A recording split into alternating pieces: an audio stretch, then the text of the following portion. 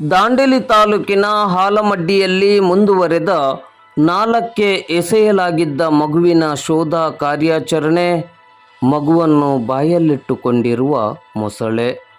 ದಾಂಡೇಲಿ ತಾಲೂಕಿನ ಹಾಲಮಡ್ಡಿಯಲ್ಲಿ ಗಂಡ ಹೆಂಡತಿಯ ಜಗಳದಿಂದಾಗಿ ಜನ್ಮ ಕೊಟ್ಟ ತಾಯಿಯಿಂದಲೇ ಶನಿವಾರ ರಾತ್ರಿ 4ಕ್ಕೆ ಎಸೆಯಲಾಗಿದ್ದ 6 ವರ್ಷದ ಗಂಡು ಮಗುವಿನ ಶೋಧ ಕಾರ್ಯಾಚರಣೆ ಇಂದು ಭಾನುವಾರವೂ ಮುಂದುವರೆದಿದೆ.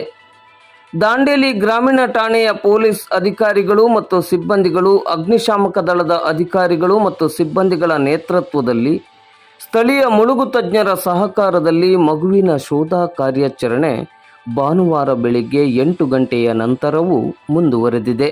4ಕ್ಕೆ ಎಸೆಯಲಾಗಿದ್ದ ಮಗುವನ್ನು ಇದೀಗ ಮೊಸಳೆಯು ಬಾಯಲ್ಲಿಟ್ಟುಕೊಂಡು ನದಿಯಲ್ಲಿ ತಿರುಗಾಡುತ್ತಿರುವ ದೃಶ್ಯ ಕಂಡುಬಂದಿದೆ.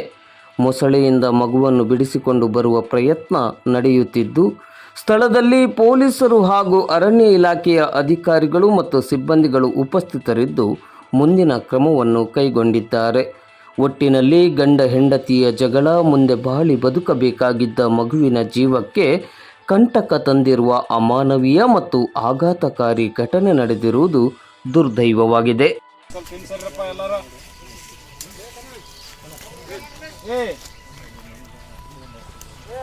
ಸರ್ ಮಾಡ್ತಾ ಇದ್ದೀನಿ ಸರ್. ಹಾಂ ಸರ್.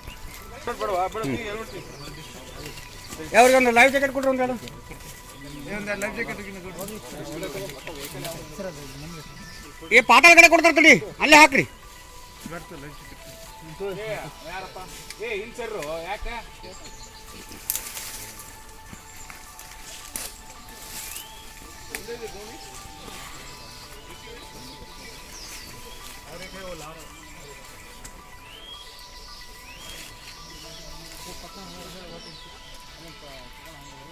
ಸರ್ ಮಲ್ಲಿಕಾರ್ಜುನ